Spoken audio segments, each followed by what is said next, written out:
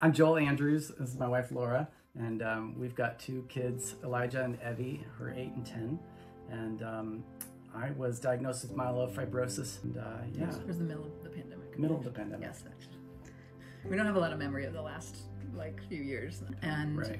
We found out about For Pete's Sake from I think our social worker, and what was so appealing to us about just inquiring about what For Pete's Sake was doing was that it offered an opportunity for patients and their families to just spend time together and to step away from life. And basically from May onward, we were kind of like homebound, and so for us to get a chance to go away together in September was a huge gift. And it was just far sweeter and enriching and replenishing than we probably could have guessed.